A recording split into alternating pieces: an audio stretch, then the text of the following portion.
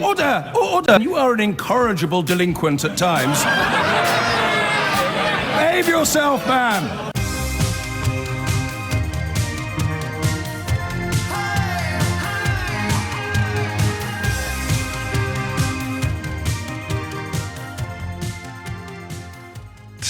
Well, there is no competition when it comes to deciding what we should talk about first, but it is, as you know and as I know, better than almost anyone, such fraught territory, with people on both sides, and even that seems like an inadequate word, very, very keen to shut down any comment or opinion that departs from their favoured version of events. It is a veritable minefield. So what we're going to do today is try to take it back to source, by which I don't mean the source of Middle Eastern conflict. I mean the source of yesterday's carnage. The switch, if you will, that was flicked, that rendered those scenes, to my mind, inevitable. And that switch would be the announcement by Donald Trump that the American embassy was moving to Jerusalem. Why did he do it? Why did he do it? 0345 6060 973. I mean, for my money, it's inexcusable what happened yesterday, but I appreciate that many people will be at great pains to excuse it. I have a better understanding of those people than I've had previously. I've got to tell you, actually, oddly, it's the rise of Donald Trump that has led me to a much, much better understanding of why many people will excuse almost anything undertaken by the Israeli government in defence of Israeli security or the Israeli border. I didn't think that fascism was a real and present threat in our life. I've told you this a couple of times, but I think it merits repeat, because there aren't many jobs where you get exposed to the sort of multiplicity of positions that you do in this job. And if you do it right, in my humble opinion, you feel your convictions shifting and shaking and changing sometimes. So odd though it sounds, given that Donald Trump is, I think, effectively responsible for yesterday's carnage, odd though it sounds, it's his rise that has helped me to understand why many people in this country and elsewhere, let alone in Israel itself, will always be able to defend the actions of the Israeli military. Even if, 58 people are dead, nearly 3,000 are wounded, and I think the casualties on the other side of the border are zero, are they? As far as I'm aware. Even with that epic imbalance, that almost unbelievable chasm between the suffering of one people and the suffering of another, even there, the defence is quite easy to understand. And the reason why I say the rise of Donald Trump, and also I would suggest the kind of revivification of fascistic language and attitudes in this country, has made me realise why, for many Jewish people, defending Israel, whatever she does, whatever happens, is a default position, because it's the place you go to next time Holocausts start. It just is. And I can condemn absolutely the actions of the Israeli military yesterday. The idea of using live ammunition like a duck shoot from sniper positions behind the Israeli border. I can do that. I can simultaneously state my belief in Israel's right to exist. I can simultaneously state my sympathy for some people who will be defending the carnage that was committed by their army yesterday. But you have to allow me the right to say it should never have happened. You should not have used live bullets. You should have found another way. And the decision to use live bullets, I believe, was a direct result of the green light that Donald Trump ignited when he announced the decision to move the embassy. Okay, so that's my position, which you're welcome to challenge, although I suspect that might be quite boring. 0345 6060 973. Here's the really, really scary thing, right? Because you know what we're like on this show. We try and pull it back to something we can get our head around. I can't get my head around. Genuinely can't get my head around some of the stuff that goes on in the Middle East. And the reason for that is God. The reason for that is once there is an appeal to an omniscient, unknowable superpower, then you will never be able to unpick events using logic. So we need to pull this back to the point at which God plays a role in the politics of arguably the most godless man ever to hold high office in the world, and that would be Donald Trump. Why has he moved the American embassy in Israel to Jerusalem? Why? Who does it play to? And I'm going to tell you something really weird now. If you are minded to defend yesterday's carnage, and I hope I've given a fairly good account of my understanding of why you do it, I think you're horribly wrong to do so in an objective, supranational sense, but as a Jewish, as a personal security, familial security issue, I can understand it. You have to allow me to value your life in the same way as the life of a Palestinian child. You have to allow me to do that. I am never going to subscribe to a school of thought that sees one human being as fundamentally worth more than another according to an accident of birth. There are people in the Hamas hierarchy who see people as fundamentally inferior and superior according to an accident of birth. It's a bedrock of anti-Semitism. But obviously there are people on the other side as well. Otherwise, you couldn't comfortably contemplate 58 deaths, nearly 3,000 injuries, and somehow seek to pass it off as the fault of the victims. So this is the bit where, even if you are a little bit cross with me already for suggesting that Israel is culpable and deserving of international condemnation for what happened yesterday, this is the bit where I would like to talk to you today. Have you heard of a bloke called Robert Jeffress? Do you know who Robert Jeffress is? Because this is my clumsy groping towards an understanding of why Donald Trump is doing what he's done. And I think we could probably all agree now that nothing is off the table when you're looking for Donald Trump's motivation. It will never involve objective security. It will always involve personal advancement. He does nothing except that which will enhance or enrich himself. So what's in it for him? Robert Jeffress is a pastor at a so-called mega church in Dallas. He is part of a religious movement that we don't see much of in this country. It is a fundamentalist movement. The Christian Evangelical movement is fundamentalism in every single sense of the word, although, of course, it's a word that we, at this point in Western history, ordinarily only apply to Islam. Christian fundamentalists, literal readings of the Bible, including the apocalyptic stuff in the book of Revelations, literal readings. Robert Jeffress is one of them. He gave a speech yesterday, or rather he gave the opening prayer yesterday at the embassy ceremony, right? And he once said, and I have no reason to believe that he's ever changed his opinion since, he once said, Mormonism, Islam, Judaism and Hinduism lead people to an eternity of separation from God in hell. His belief, and this is where I get really confused, his belief is that the return of Jews to Israel will usher in the apocalypse. Look, don't laugh, because this man gave the opening prayer at the embassy ceremony yesterday. The return of Jews to Israel will usher in the apocalypse and the return of Christ.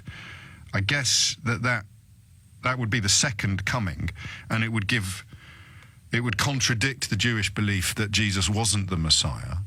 Isn't it incredible in 2018 that we're looking at bloodshed and division and heartbreak on an industrial scale, and it comes back to ancient religions? So the belief is Jesus will come back after the Jews have returned to Israel. The second coming will prove that he was the Messiah after all, and therefore all the Jews will convert to Christianity, and the ones who don't will burn in hell forever. Right? That is the belief of Christian evangelicals, like the man who gave the opening prayer at the embassy ceremony yesterday. So fast forward then to the end of that ceremony, when there was what is called a closing benediction. In the Christian church, that is essentially a blessing. Benediction literally means to say good things. Okay, a prayer, a blessing.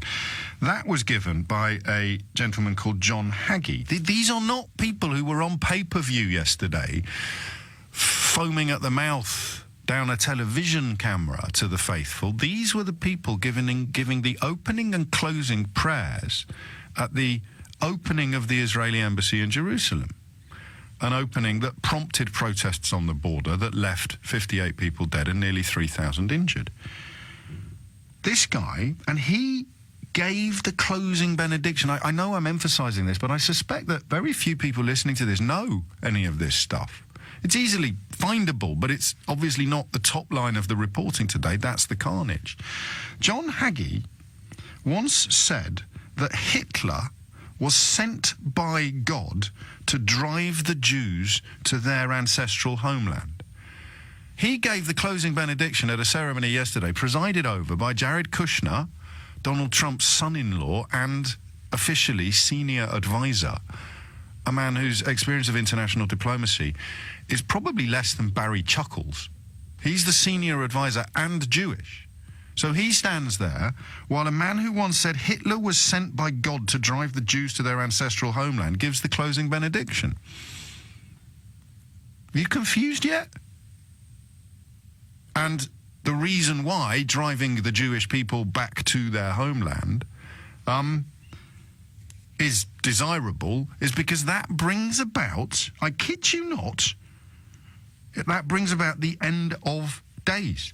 That brings about the apocalypse, the return of Christ, the final reckoning under which anyone who hasn't converted to Christianity and accepted Jesus will go to hell.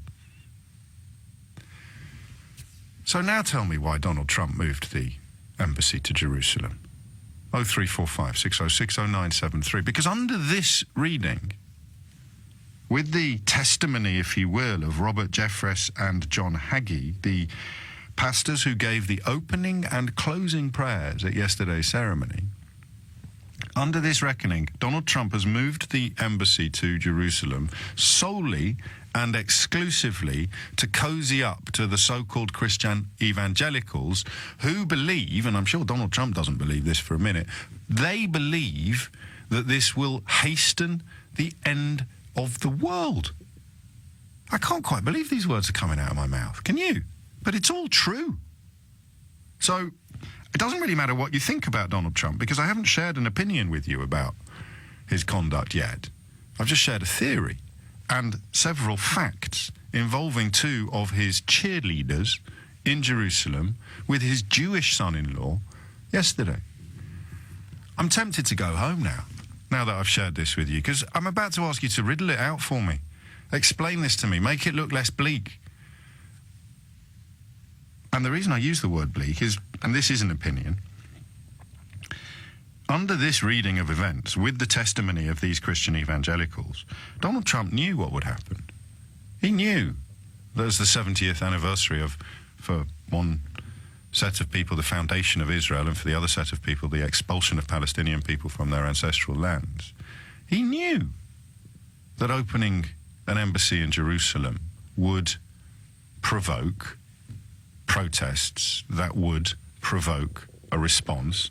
And the Israeli regime has clearly been given a tacit understanding that however violent and however excessive and however inappropriate that response may be, it's cool with the Donald. That's fine. They're only really worried about American disapproval. The rest of us can whistle. If America's cool with it, crack on. Do it. Don't worry about anybody else. And I get why Israel has done it. As I say, that absolutely complete subscription to protect our borders at all costs. I get that. I don't agree with it, but I get it.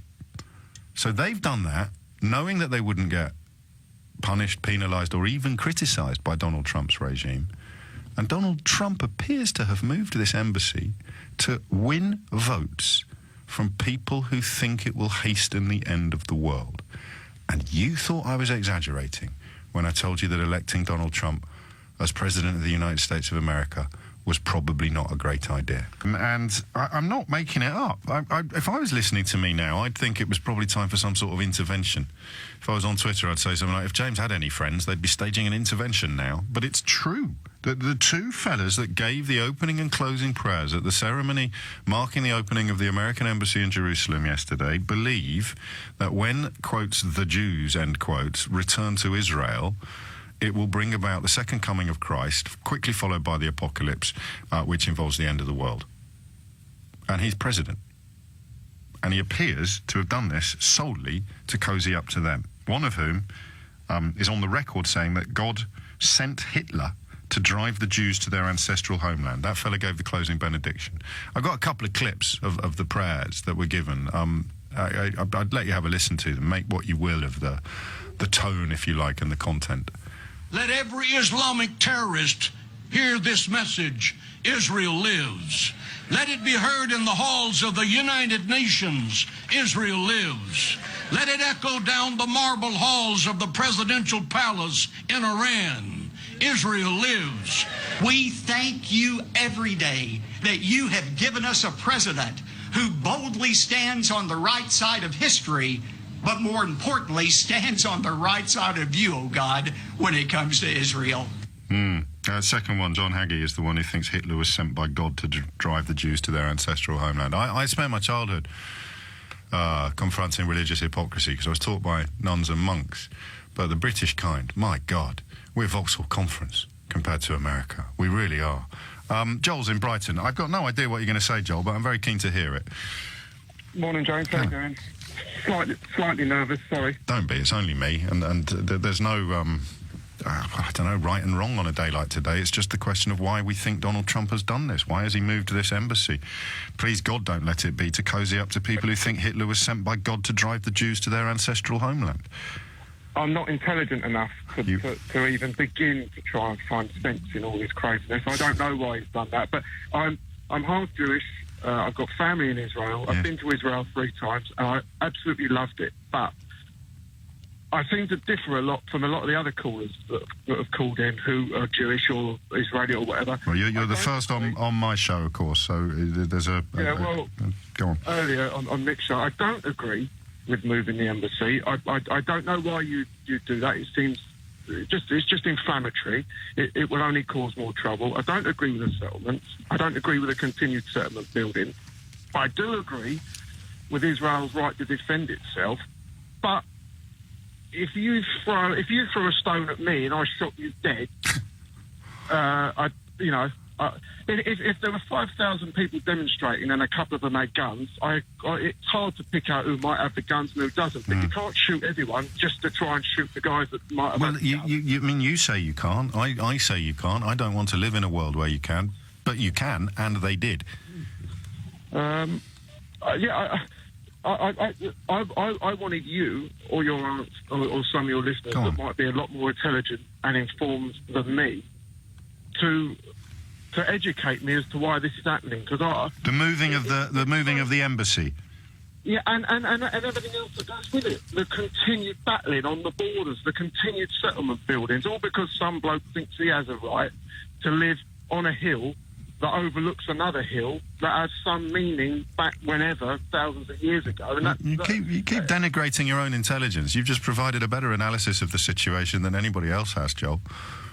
Well, that is it, my friend. That's why I say once you reach God, once you get to God in these reasonings and reckonings, that's when logic is redundant. Sense goes out the window. It does. Yeah. But did you know this business about the end of the world? Were you aware of this Christian evangelical movement? No, I must admit. Well, does that make more sense of it to you? Because I don't want it to be true, but it is. These two men gave the opening and closing prayers. They believe that Hitler was sent to by God to drive people like you back to the ancestral homeland, at which point Jesus pops back into the picture and we all go to heaven or hell. They believe this, and they believe that the moving of the embassy to Jerusalem accelerates that process. In the absence of any other explanation, Joel, that's all we've got, mate. That's why he's done it. It's offensive. It's offensive to anyone with any intelligence or common sense or humanity. I mean, has humanity gone out the window as well here yesterday? I mean, how many people died? How many funerals 58 taking place today? Funerals taking place today, more protests taking place today, 2,700 and rising injured, some many critically, obviously. And you mention other callers, and obviously I take no responsibility for anything that happens on this radio station, except between the hours of 10 and 1, between Monday and Friday. But I suspect that people who I've been at great pains to understand in recent years, people who can never conceive of Israel ever transgressing or doing anything wrong, because that desire to defend the sanctuary, the homeland, is so deep-rooted. I understand that. I suspect they probably didn't know who they were getting into bed with yesterday. I suspect if they've been ringing up LBC saying what Israel did was fine, it's all Hamas's fault, they probably weren't told by the Israeli ambassador that the bloke who gave the closing benediction speech once said that God sent Hitler here to drive the Jews back to their ancestral... Do you see what I mean? This is why I get confused. I do, but not all Israelis will agree with what happened yesterday. When I was in Israel, I met secular Jews that just wanted to live in peace. They're done with it. They're done with this government. They're done with Netanyahu. They just want to live in peace. I'm not saying everyone's like that. No, of course not. But the two-state solution, I think, has been put to bed by the decision to move the embassy to Jerusalem. So, Joel, I feel your pain. Don't keep saying you're not clever, because that's daft, mate. You clearly are. You understand it, and the reason why you feel unintelligent is because, like me, you look at it and you feel baffled. You think it must be a failure of my intellect or brain to properly understand this. It's not, mate.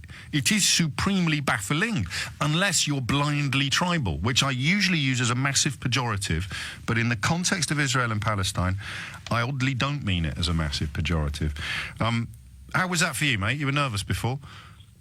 No, it was good. Yeah? It was good. You sure? Yeah, I'm glad I got that off my chest. Well, I'm glad you did as well, and I'm glad that you mentioned your family ties to Israel. I'm glad that you mentioned your Jewish roots, because there is no point in pretending that everybody born under a certain sign is on that side of the argument, and everybody born under a different sign is on the other side. That's why I'm trying to focus on the thing that everyone can address. If you were, prior to 10 o'clock this morning, of the view that the IDF spokespeople and the diplomats who routinely get wheeled out on days like today to say, yes, we killed 58 people and injured 2,700, but it's nothing to do with us, it's all the fault of the people that are dead, then you probably didn't know this bit about the Christian evangelical stuff. Trump is dangerous.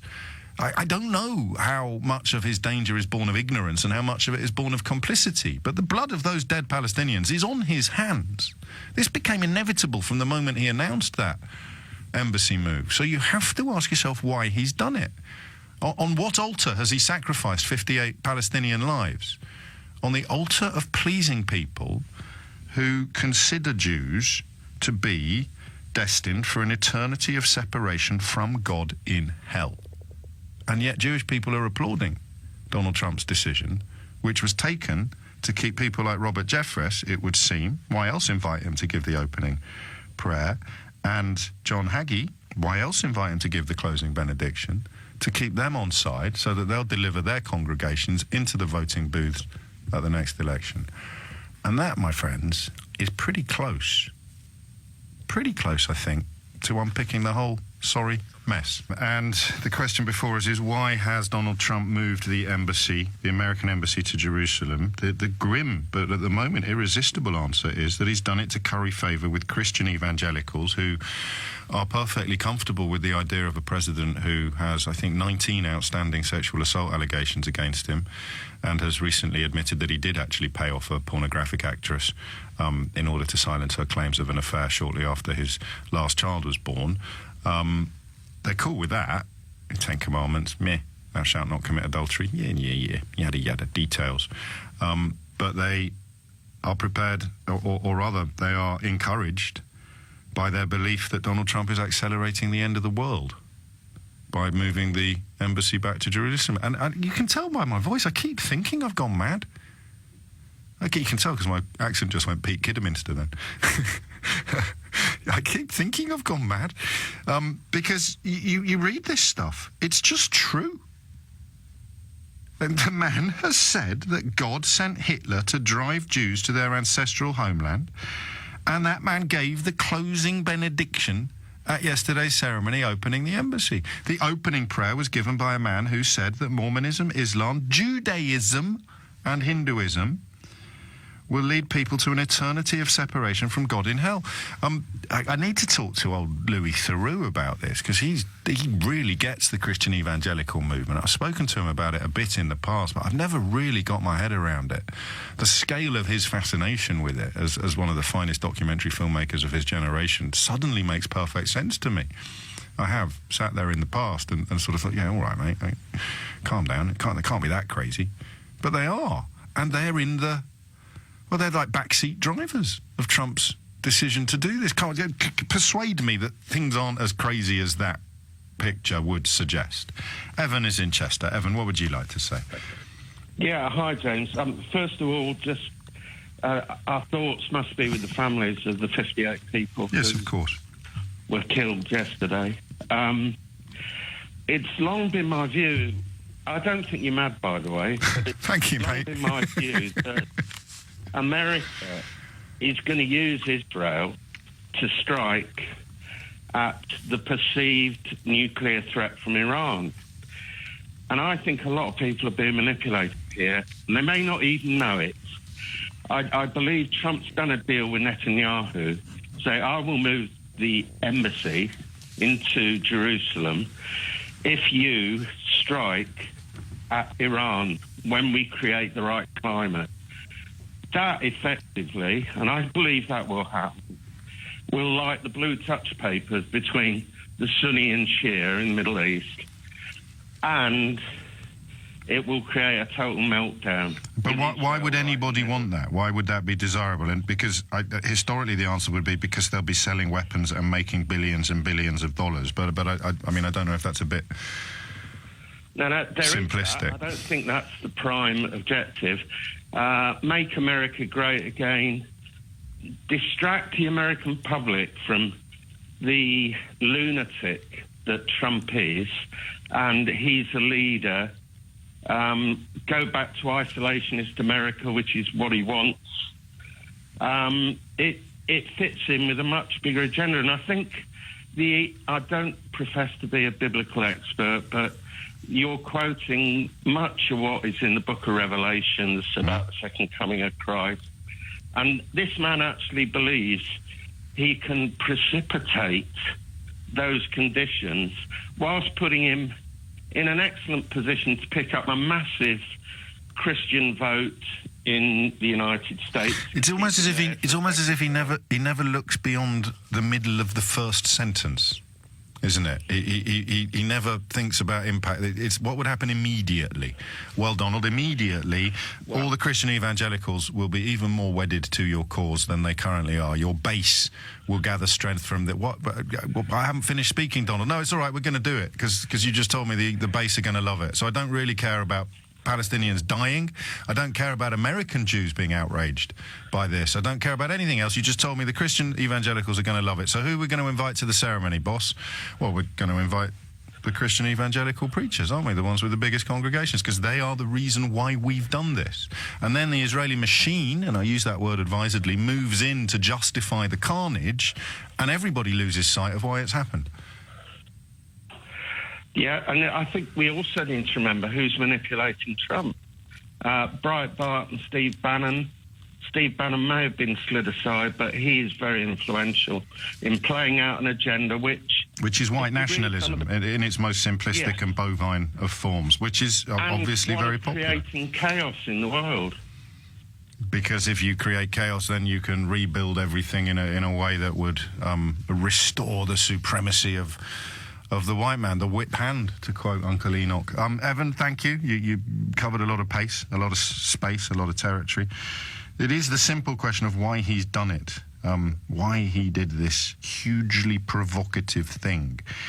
Not doing anything would not have solved the Middle Eastern peace process, but it would have avoided the carnage that we saw yesterday, and please God, no, we will probably see again today. Damien, appropriately enough, is in Jerusalem. Damien, what would you like to say? Morning, James. Well, I mean, I got to take objection very slightly, one second. Sorry. With the direct causal link you've made between Trump's decision and the events of the border. I can't quite hear you. The phone line's not very good. I don't know if there's anything you can do about it. Sorry, is it better now? Not really, no. But carry on. I'll stop you if it becomes impenetrable. Why do you think Donald Trump has moved the embassy to Jerusalem? Well, I mean, Trump. No, mate, sorry. Phone line's just gone to pieces. Sam is in Enfield, rather closer to home. No guarantee, of course, that the phone line will be any better. Sam, what would you like to say? He is... Oh, hi, James, by the way, sorry. Hello, mate, carry on. He is moved the embassy for personal gain because he wants to leave some kind of legacy, because he knows deep down inside he might not get voted in the second time round. So it's some kind. I'm the man that moved the embassy. I'm the man that did that, and it's pure vanity for the man. And I don't believe that he believes in that religious stuff at all. No, absolutely. For the avoidance of doubt, I don't think he believes in anything. He's utterly nihilistic in his work. He believes only in Donald Trump, really. The only child he's got that he appears to like is the one that he said he'd be dating if he wasn't related to her. So he can't even look at his daughter in a non-sexual way. I mean, he is obviously as sick as a dog. But the people that he's pleased apparently do believe all the religious stuff. And I can't see who else he was trying to appease or suck up to, apart from the people who gave the opening and closing prayers at the ceremony. I mean, this is chapter and verse, isn't it? This is case closed. But are you really surprised, James, that he's done that? Are you surprised at anything he does? No, I'm not surprised at anything he does. As he said himself, he could shoot someone on Fifth Avenue and the base would be absolutely fine with it, because he's managed to somehow ignite that atavistic, supremacist victimhood in the hearts of the most privileged people in the history of humanity. He's managed to somehow ignite the idea that they're victims and that they are being oppressed, and that, you know, black people and gay people and women have got far too much power. So I get all of that, but I am surprised to learn what he was playing at here, only in the context of not knowing before. Do you see what I mean? So you could tell me now that he'd sold his own children into slavery, and I wouldn't be surprised if there was a few quid in it. But until I'm surprised that I've now understood this cynical alliance between, if you will, hawkish Israelis and Zionist evangelicals who are Christian. That's has surprised me. The thing for me, what's happened yesterday with is it 57 dead confirmed? 58, I think, at the moment, but it may have gone up since I came on air. What's done it for me there, and really kind of crossed the line for me, is that it's like I said before I came on. A couple of years ago, I saw an interview with two Israeli soldiers. Put your teeth back in, Sam. Yeah. Only 32, thank you very much. God. And they were saying, the Palestine were the wipes off the face of the earth. And that's what these three soldiers were bred to believe by a right-wing government. But Hamas have expressed these desires. There are Palestinian activists and politicians who have, on the record, expressed a desire to drive Israel into the sea. But to my mind, and I hope I'm objective and I look at it from the outside, those messages get massively amplified on the Israeli side of the dispute in order to create what you describe. I mean, James, I've got two good friends that have been in the armed forces. Not being funny, and I've had some family as well. And my daughter's slightly Jewish, because it's gone for her female, my ex-girlfriend. Matrilineal, Jewish. yes. Yeah, that's it. But what kind of a soldier, and this enrages me, can sit there with a sniper rifle and pick off people with no guns at all? If they are throwing stones, if someone throws a stone, I shoot you dead. Well, you've answered your own question. You create in the minds of the people, particularly the military, two ideas. Number one, the idea that the Palestinian people are somehow inferior and or subhuman. That's really extreme. The less extreme version is that you persuade people that every single one of them is dedicated to wiping you out. And then you find the politicians, the extremists, the terrorists who have espoused those views, and you conflate very easily from them to everyone. So anyone who protests, anyone who objects, anyone who waves a flag or turns up at a protest, they then become guilty of seeking to overthrow the state of Israel. And that's why you can line up a completely unarmed, innocent civilian in your crosshairs and blow his brains out. Yeah, and the one last point, I have to say that it infuriates me when the right wing of Israel, I'm not talking about Jews, talk about the Holocaust, because the Holocaust was a horrific thing, disgusting and evil, and I honestly do believe none of those poor Jewish victims would ever approve of what happened on that. Those snipers did. I don't think they would approve of that at all. That's diplomatically put, Sam, and I thank you for your measured tones. Some people, of course, reach for comparisons between the two regimes, which always leave me feeling very uncomfortable and slightly chilled. In a bad way. Sam, take care, mate. Great work. 10:46 already. This is a tweet from Darth. I don't think that's necessarily his given name. We have an argument. In your anger, you throw a rock at my car. I now get to execute you, demolish your house, and if your wife and family object and try and stop me from doing this, I can throw them in prison too, and then I'll build another house on the site of your old house and move my relatives in. That is the Palestinian perspective on what is currently unfolding in the Middle East.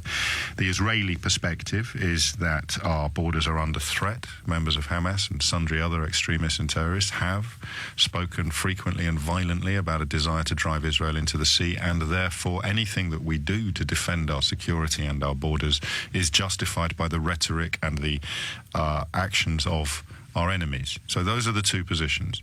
Straight through the middle of that, like a juggernaut, drives Donald Trump. Why has he moved the embassy to Jerusalem? So far, no answer to that question that somehow lets us off the hook of being compelled to believe that he's done it to suck up to evangelical Christians who think that this will hasten the end of the world, and that any Jews who don't convert to Christianity after the second coming of Christ will end up in hell. And if you've just tuned in, I promise you, I haven't stopped taking my medication. I am basing this upon observable truths. 10:51 is the time. I'm going to take one more call, and then I'm going to introduce you to Colin, who has benefited from the work of a charity very, very close to my heart, Combat Stress. 10:51 is the time. Andy is in Edinburgh. Andy, why has he done it? Hi, James. Hello, mate. Yeah, I think the other callers have pretty much answered that as well. I was going to say right at the beginning, he's done it 100% to curry favour with Israel and Netanyahu. It's simple. He seems to be taking his foreign policy advice directly from Netanyahu. I mean, if we look at the Israel nuclear deal, which he cancelled against everyone with half a brain. Yes. The Iranian nuclear deal. Anyone in the world with half a brain told him not to do it, but he seems to revel in going against the most, normal advice that everybody would follow. So he did that. The previous presidents of America have promised to move the Israeli embassy, but they were advised not to do it because it would be lighting the touch paper that would cause and it also catastrophic. And it also pretty much kills off any hope of a two-state solution, which is exactly the only thing that keeps a semblance of a lid on events in the Middle East. Exactly, and he's done it. He's drawn a line in the sand, and I think Iran is high up in his thoughts with this, and he's basically saying, my support, and I'm 100% back in Israel here. It's a dangerous situation for the world, and I'm so angry about what happened yesterday, and it sickened me to my core when I saw his son-in-law and his daughter taking selfies and smiling with Netanyahu at the same time the mass slaughter of 58 Palestinians is going on, which as usual in the Western media has been practically zero reported. That's not true, mate. That's not true. It's on the front page. No, Andy, I take your point. That's absolutely fine. Here's the front page of the Daily Mail. Is that Western media enough for you? Yeah, yesterday. Right, bloodbath, scores dead, thousands wounded as Israel fires on Palestinians protesting over Trump's new embassy. Here's the Times. Dozens die as US opens new Jerusalem embassy. Here's the Daily Telegraph. US accuses Hamas of provoking Israel as 50 die on border. I think it's a bit daft to say that the Western media isn't reporting it, mate. I was actually talking about sort of yesterday. I never buy newspapers. Okay, well, it was in the news bulletins yesterday, and it's on every front page today. But I take the rest of your points on board. I'm moving along only because Colin, is it Tizo or Tizo? Colin Tizo has joined me, and you can tell I've got a written script in front of me, Colin. I only just had the chance to introduce myself a few moments ago. You're here because there is something rather special going on right across radio today. It's Mental Health Awareness Week, and it focuses today upon messages from some very famous voices that we'll hear in about 5 minutes' time. Before that, we're talking to you because, as a military veteran who has suffered from post-traumatic stress disorder, you're going to give us an idea of the sort of help and support that the charity Combat Stress provides to men and women like you. Well, basically, the support they give you is, first they tell you that, okay, I went down there to Tirett House and I got told that I had PTSD. Right. You didn't know that before? I had an idea that I was suffering, but Something's not right. Something's not right. You need a diagnosis before you can get a treatment. So I went down to see the psychiatrist down there, and he asked me a list of questions, done some tests. He says, right, PTSD. Yes. Then the light bulb went on my head, thinking, now I know what's wrong. Yes. Then I think it took about 2 years for me to get rid of my emotional baggage before I went down to Tirett House to take part in what they call a 6-week ITP. This is a residential therapy centre run by Combat Stress and are funded now, I think, entirely by donations from the public. And in that 6 weeks, they teach you why you have PTSD, what it does to you, and then they turn around and they give you some tools to best manage it. Because I've been told that PTSD doesn't disappear, but it's how you deal with it. It's how you learn to cope with nightmares, flashbacks, hypervigilance. And from the support from the charity, I was able to learn to better cope. What would have happened, where would you be if Combat Stress hadn't come into your life? I was close to committing suicide. Oh, mate. Because of the mental stress, strain. the mental health. Mental health was affecting my physical health and vice versa. And I came very, very close to wanting to kill myself because I could no longer cope. So we cannot really, with those words echoing in our ears, we cannot overestimate the value and the power of the work that Combat Stress and sundry other charities, but in your case specifically Combat Stress. Yeah, they are really amazing because it was nice to get a diagnosis, and it was nice to know I was being supported. I wasn't on my own. I knew that there was other veterans that were going through the same situation, so I'm now in contact with them so I can get support peer-to-peer. But the thing is, it's going to the ITP they do, and then them giving you the knowledge that, okay, it's not wrong for you to feel this way, this is what has caused it. How hard is it for a military man to come forward and admit to vulnerability? Very, very hard, because you get it's the male thing to start off with, right? Because males don't want to admit that they're weak. No, it's not weak. Suffering.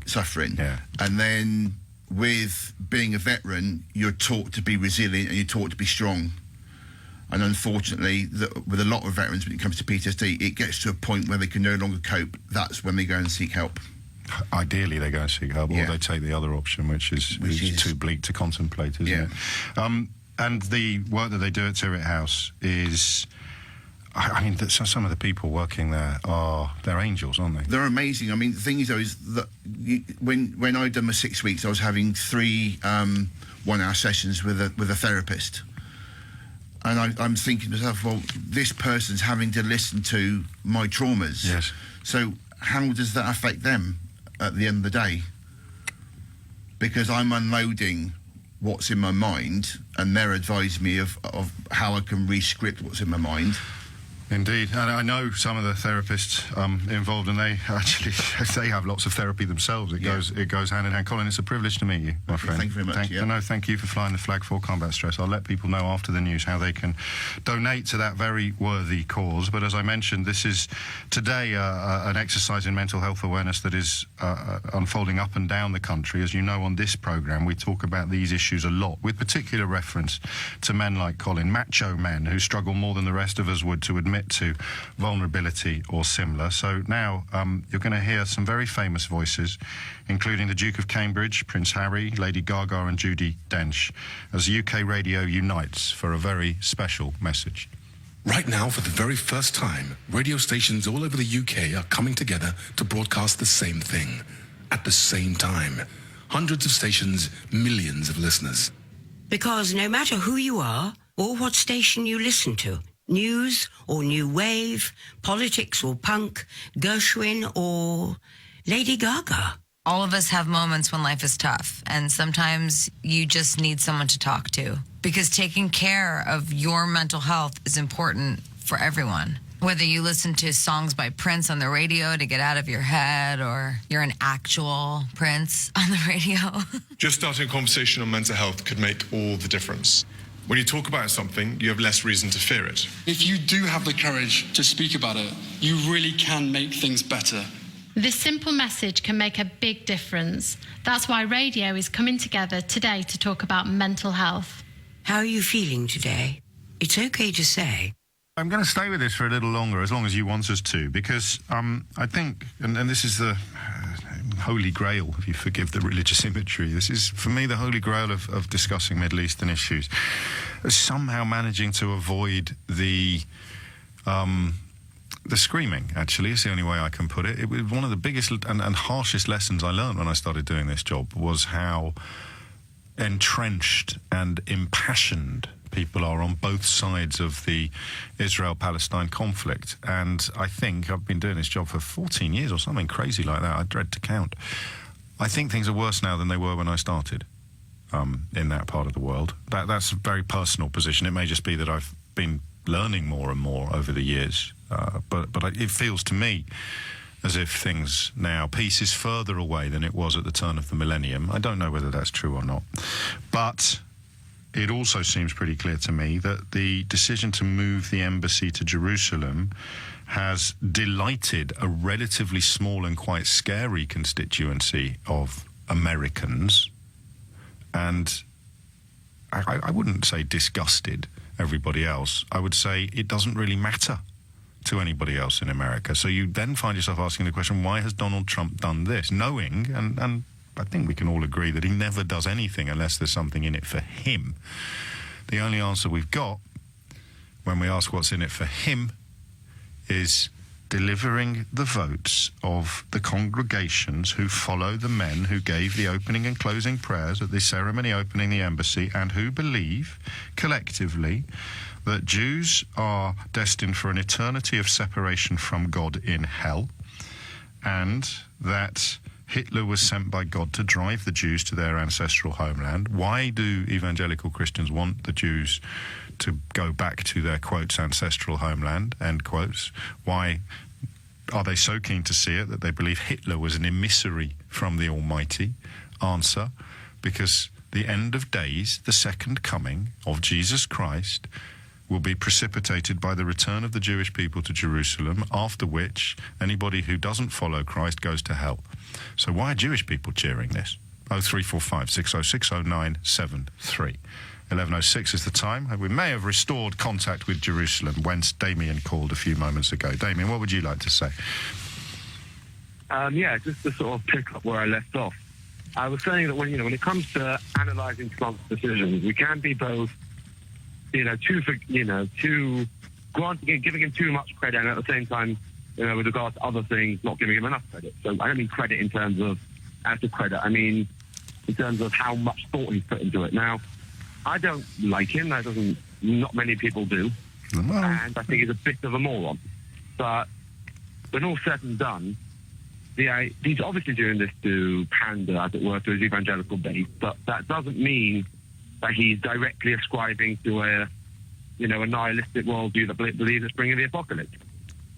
Well, he is, though. Well, I mean, why did these two men give the opening and closing prayers? Well, obviously, it could be they hold the beliefs that they do for the reasons that they do. But they didn't turn up there by accident, Damien. They were invited as part of an orchestrated opening ceremony that culminated in Donald Trump's daughter, that he's expressed a desire to go on dates with in the past, and her husband taking selfies while people, including, we've just learned, an 8-month-old baby, were facing death on the other side of the border. These two men were invited specifically to do the opening and closing prayers, and they believe that are you Jewish yourself? I do happen to, yeah. Yeah, I just double-check, but they believe that you, as a Jew in Jerusalem, will have to convert to Christianity when Jesus makes his second coming, and if you don't, you're going to hell. So why are people celebrating Donald Trump doing this for these reasons? Well, the truth is, where I really want to take issue with what you is... I'd love you to answer my question. I don't want to sound rude, but that is how it works. Fair enough. I don't think Trump would have been aware of that. I think if I'll say it again, mate. He invited them. Look, so maybe he did. Fine. So how can you how can people be celebrating a decision taken to appease and please people who hold a very passionate belief that men like you, human beings like you, will burn in hell for all eternity if you don't convert to Christianity? Look, all I'm saying is either decision was a wrong one or a right one. As it happens, I don't think, largely on the whole, there was a correct one. Final time, and I know you phoned me all the way from Jerusalem, but for the third time, why are people celebrating a decision taken to please people who think that humans like you are going to burn in hell? Who said I'm celebrating it? I don't know why they're celebrating it, and I didn't call up to speak. I didn't call up to attempt to explain that. If you want me to think why Trump did it, I think you're going to give way too much credit by saying that he ascribed to some sort of a nihilistic worldview. He probably just did it because he knows a large portion of his voters would approve of this. Now, the fact is, do those people ascribe to this worldview? Possibly. Not possibly, mate. They're there giving the opening and closing prayers. Why is this difficult for you to accept? There's no possibly or accidentally or, oh, God, how did they end up giving the opening and closing prayers? Where did they come from? Did they sneak in through the tradesman's entrance? This is deliberate, choreographed. Well, of course it's deliberate if you're looking to ascribe any sort of nefarious motive. I mean, No. Okay, explain to me how they both ended up doing the opening and closing prayers by accident. Honestly, fine. I think it was an accident. I don't think... You think it was an accident? I don't think Trump deliberately chose two people who have these particular views to give this particular address. I believe they're both just very... So two accidents, then? In the US. Two massive accidents. Because one, as I guess, you know, Lady Bracknell would say, one could be careless. One could be careless, but two sounds like... You know, two massive accidents, two apocalyptic evangelical preachers turning up to give the keynote prayers at the opening of the ceremony, and you phone me from Jerusalem to tell me that you think it was an accident.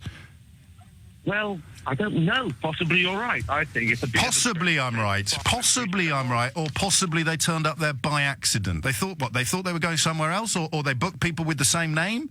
They thought they were getting a comedian and a lounge singer, but two massive apocalyptic evangelical preachers turned up who happened to be able to deliver huge votes to Donald Trump? No, James, with all due respect, I haven't called up to argue with you about this. I don't agree with you. You've called up to answer my questions, and it's fascinating to hear you attempt to do so. How many people in Jerusalem I do think... Hang on, something you can help me with. How many people in Jerusalem do you think are aware of Robert Jeffress and John Haggie's history and beliefs? Well, currently one, and whoever else is listening to this program. So you, living there, had no idea that the men who gave the opening and closing speeches... I did. I read about it in The Guardian 2 days ago. Okay. And you still think it was an accident? Well, no, I think... Oh, good. Well, finally we can part in agreement on something. And I won't embarrass you by asking what you think is going on, because the truth is too ugly to contemplate. Benjamin Netanyahu has got into bed with a president who has got into bed with people who think that you will burn in hell if you don't convert to Christianity. But the symbolism of the embassy move is so huge that people can just squint a bit and not see that bold truth staring them in the face, because if you are confronted with that bold truth, you end up saying, with respect, my friend, really silly things like, I think they might have ended up there by accident. Edward's in Colchester. Edward, what would you like to say? Hi. Hopefully my phone line is slightly better than it was earlier now. Go on. US religion, it's worth 1.2 trillion. This is true. Trillion with a T. Yeah. A year in America of largely untaxed, money flowing around. Why wouldn't Trump want to, get into that market? Yeah, I mean, that's a rhetorical question, really, isn't it? Huge amounts of donations can be made as well. So we think the NRA is dangerous, but some of these evangelical churches, you're right, they wield economic power on a scale that small countries would envy. And it's not just sort of thinking big churches. A lot of it, obviously, is charities and hospitals, etc. But 1.2 is only the median estimate. It has been going up to about 9 trillion, but I think that figure's a bit high, personally. So more and more you see evangelical movement, the more fundamental evangelical movements taking more and more power over these industries. So why not use that support base? Yeah, I mean, in a way, you provide us with a more digestible analysis than the apocalyptic vision that Donald Trump's cheerleaders in the embassy ceremony yesterday subscribed to. So why has he got into bed with these people? Your answer is because they're absolutely minted and they can deliver not just donations but also votes. And then you come up against, why would anybody, Jewish or Israeli, be celebrating the handing of this gift to people who think that they're all going to go to hell? And Damien, in many ways, provided us with the answer. Either they don't know, who the man they're cheering has got into bed with, or, as this tweet suggests, your current caller from Jerusalem is a fantastic illustration of confirmation bias, whereby people cannot even begin to see the blindingly obvious when it contradicts their existing worldview. Where does it end, Edward? Well, where does it end? Whoever, is in charge, if they're of the sort of mentality which will be, I will use this part, I don't know what they believe, but I will use them to get whatever objective I want. And I think people are happy because Israel continues to get funds, so they're happy with that. They don't care about the apocalypse. They just don't care about anyone else. Well, not anyone else, that sounds about wrong, but they don't care what other ideologies are flowing that money from, as long as they can secure themselves. So do we waste our time looking for an ideology? I mean, suggesting... I personally don't think he is... promoting nihilism. I think he's personally nihilistic, which means I simply don't think he believes in anything except himself, his own promotion and enrichment and television ratings. But you don't know that the people around him, this is the only truly fascinating thing about Donald Trump, how much of what he does is conscious and deliberate, and how much of it is a result of being manipulated by the last person he spoke to. I like to think of him a bit like Boris Johnson. Yes. In the sense that he acts the buffoon, but he has to be able to know or do something, at least at a very simple level, that he knows if he has these people here, he can get more power. So if he either is a brilliant mastermind sort of playing a role to the world of an idiot, or he's just capable enough to be put into a position as a patsy to allow all these other people to go. And I can't say, I don't have the evidence for either one. No, I would love to know. I'd love to be on radio in Jerusalem this morning and ask callers if they knew what they were signing up for. And a lot wouldn't care, as our caller earlier proved, Jonathan, I think.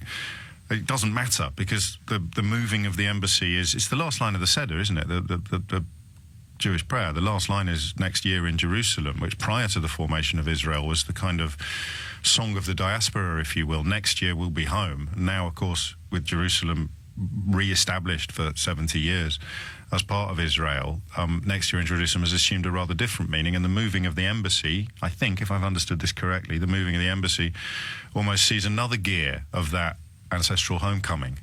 But of course, the people that Donald Trump has done it for see that ancestral homecoming as a precursor to an apocalypse in which all Jewish people will be sent to hell unless they convert to Christianity on the spot. It's 11:17. I suspect, and I say this with an even heavier heart than I had at 10 o'clock, that we'll return to the Israeli border tomorrow. We shall obviously hope, and I personally pray, that there isn't a repeat of the carnage that we saw yesterday. But the augurs, the omens aren't good, are they? But that discovery today about the role of so-called Zionist evangelical Christians, you think everything, you look at something like that and you think it can't get any more complicated, the situation can't get any more intractable, and then lo and behold it does. I think Mike Pence is pretty close to an evangelical Christian as well, isn't he? The vice president, who of course in the event of Donald Trump being impeached would take over. Happy days.